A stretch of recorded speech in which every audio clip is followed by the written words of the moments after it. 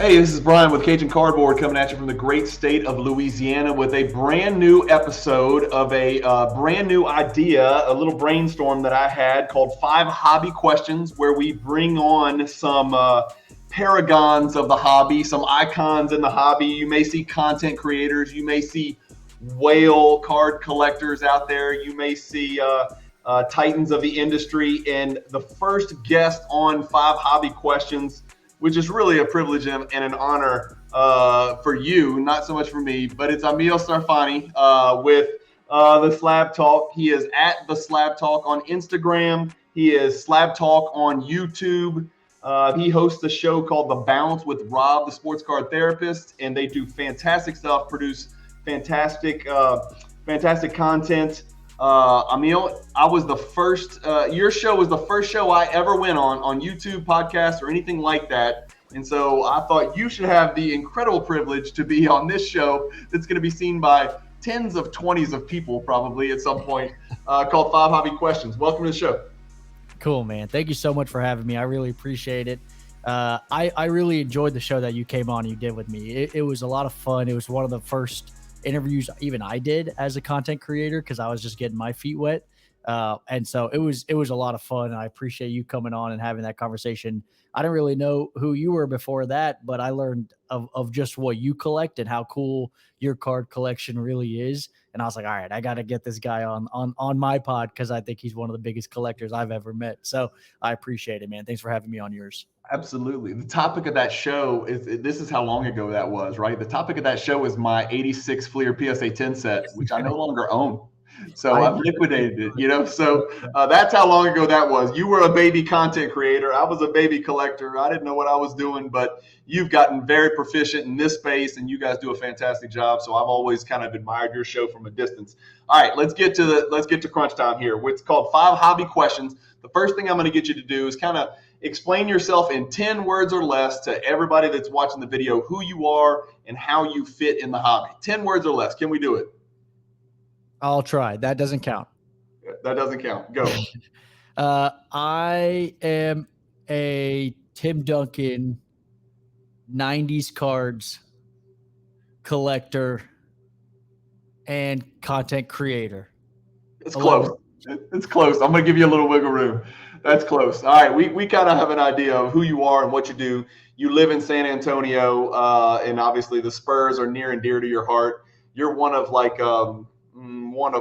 you're like a one of one, honestly, as far as people I know that love the Spurs. So you're a one of one. You're like a Black Prism Spurs fan. I'll take it. Okay. Question number 1. If you had to play 5-on-5 and you were one of the players on the court, you had to pick your 4 teammates. You could pick anybody in the history of the NBA and you get them as your teammate in their prime years. Who are your 4 teammates?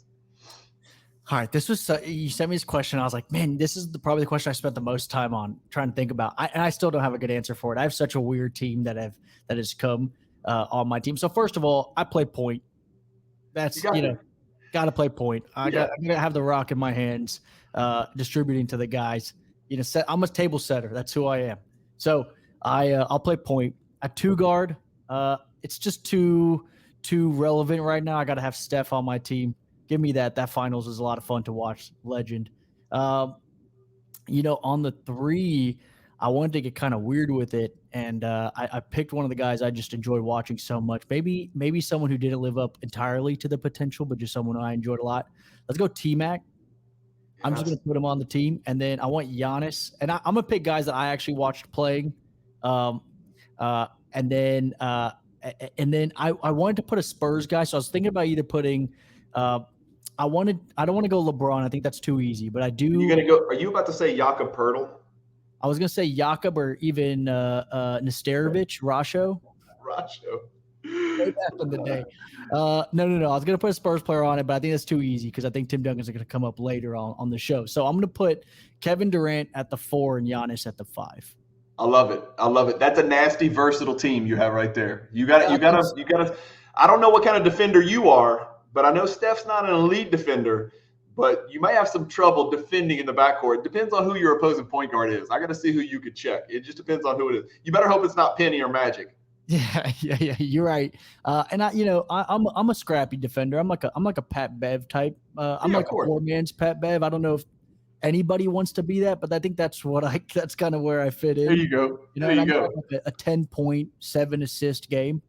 You know. I love it. I love it. Well, you might end up with 26 assists or something in a game with those four guys on your team. All right, that's a pretty good five right there. Question number two: rank these four in order of preference for you as a collector. This is your personal preference, right? And we'll start and go chronologically: vintage, 80s, 90s, modern, which we're calling 2000 to 2018, and then ultra modern, 2018 to present, in order of what you like to collect and you like to deal with in the hobby. I'm gonna put 90s at the top. So I love the late 90s cards. I think those are some of my favorite cards in all of sports cards. Like when I've seen some of the cool 90s inserts and just the 90s, the collection, especially the late 90s, like after Kobe's year. I love those cards. Those are a lot of fun to me. I'm going to put modern after that. So modern is going to be two for me just because those are the guys that I grew up with. So the LeBron James, Steph Curry's of the world. I'm going to put them. I'm going to put modern number two. I'm going to put vintage. Actually, I'm going to put, this is where vintage should be three because that makes sense. But I don't actually collect a lot of vintage. So I'm not a big vintage collector. It's not guys that I watch play. And I love the history side of vintage, but I've never actually gotten myself to be a great buyer of vintage cards. So I'm going to be honest. I'm going to put ultra modern at three because I like prospecting. So I'm going to put ultra modern at three. I'm going to put vintage at four. And I'm going to put the 80s at five. It's almost like it's a confession that you like ultra modern. Yeah, I No. saw you hesitate. You're like, can I say this? Are people going to hate me? I like ultra modern prospecting. Guess what? That's the exact same order that I would put them in. Exactly. Really? 90s, modern, ultra modern, and then 80s and vintage is kind of tough because I love 86 Fleer, Yeah. but I also like vintage. And other than 86 Fleer, there ain't too much to love about the 80s, right? And in basketball, at least. That's the struggle I have with the 80s. Yeah. It's like I love the 86. Okay, that's part of it. But Yeah. after that, I'm not. Then it just starts becoming the junk wax era later Man, on. look, 80s is just not that sexy, man. It's not Yeah. that sexy in the hobby.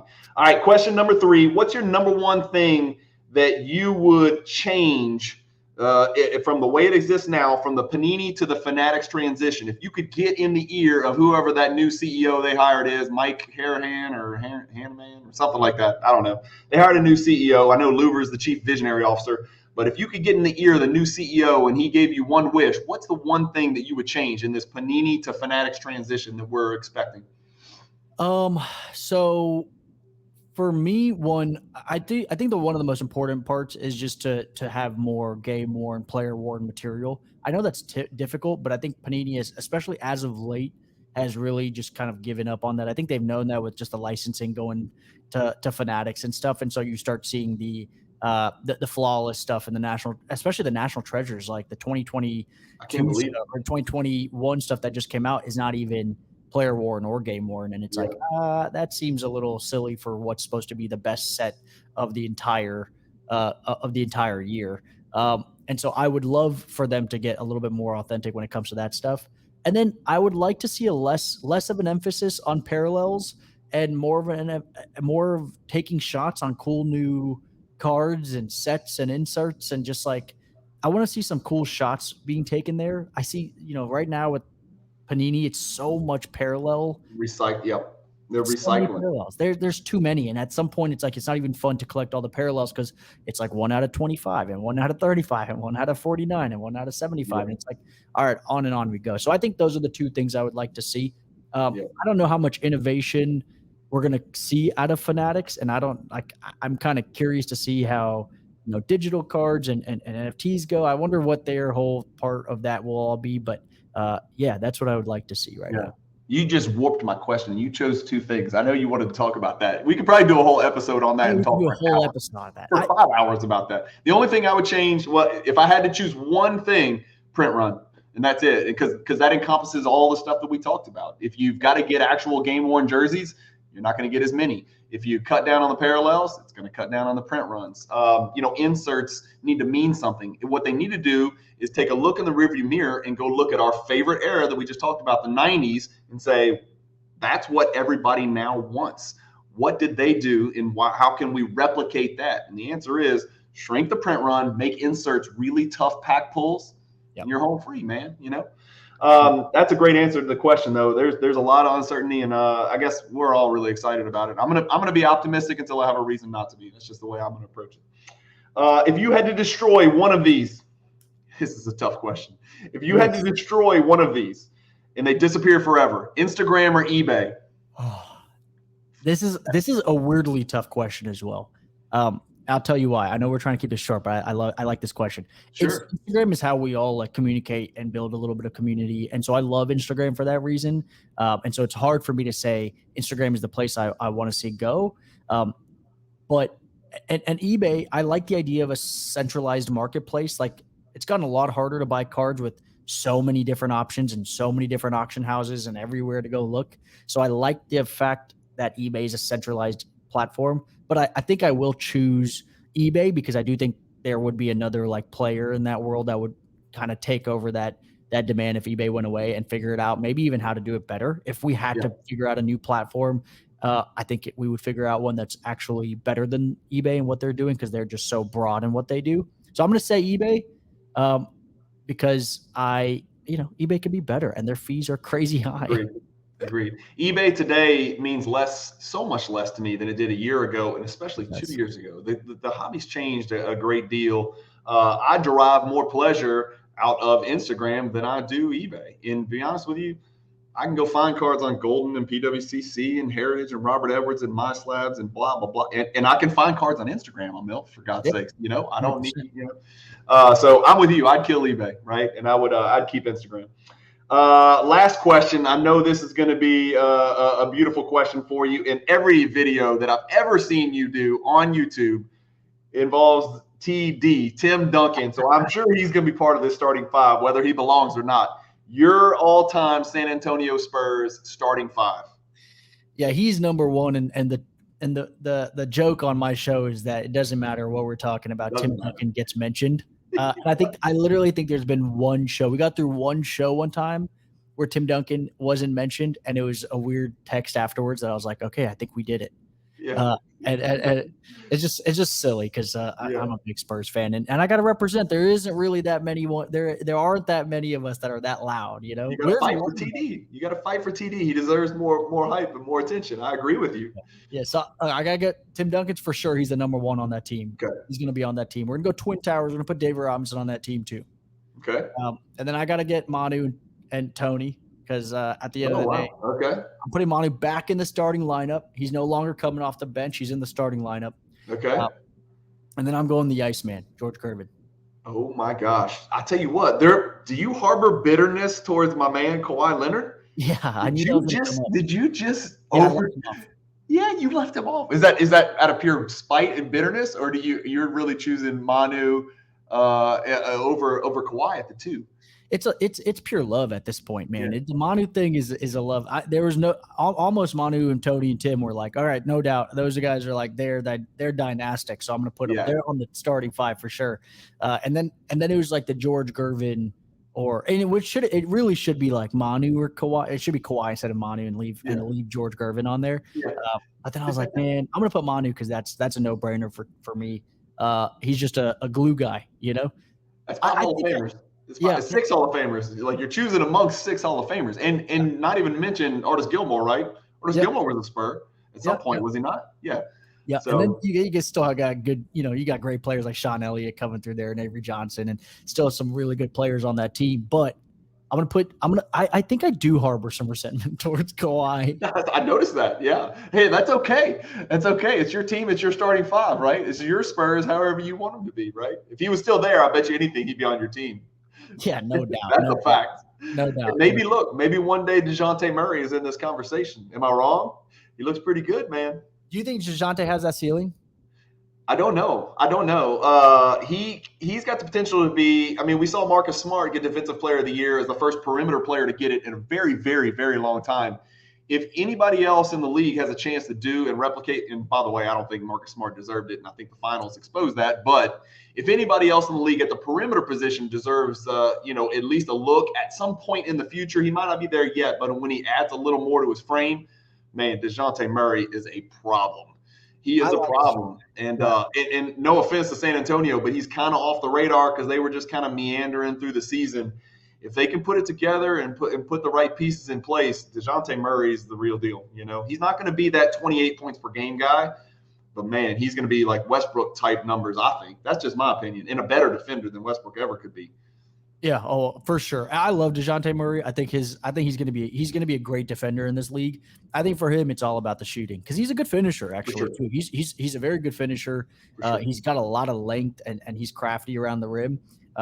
He's got to get more consistent on the shot, but I think that comes with time. Like that's one of those skills that guys can learn. So I agree with you 100%. It's one of those skills that almost always your shooting percentages usually increase for alphas, right? For alpha stars in the NBA, it usually increases all the way up to your prime, and then it just starts to trickle down after your prime because you don't have the lift and the separation and the ball handling ability to create space.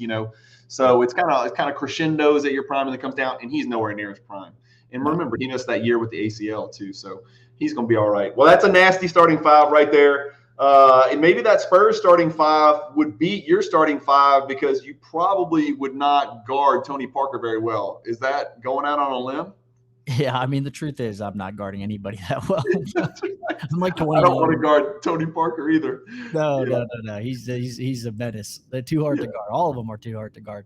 That's it. Well, cool, man. Well, look, thank you for joining us. We'll kill it there. I wanted to keep these at about 15 minutes. And again, I can't tell you how much I appreciate you having me on your show that very first time years ago. And so I want to return the favor, and I'm sure we'll talk soon. Are you going to the National? Are you going to be able to get up there? Yeah, I think so. Oh, good. So. I'm coming. My first National. My first real card show, but definitely my first National. So I'll come find you. Nice. For sure. Let's meet up. Thanks for having me, man. Thanks, Aamil. Appreciate it, brother. Bye-bye. Bye.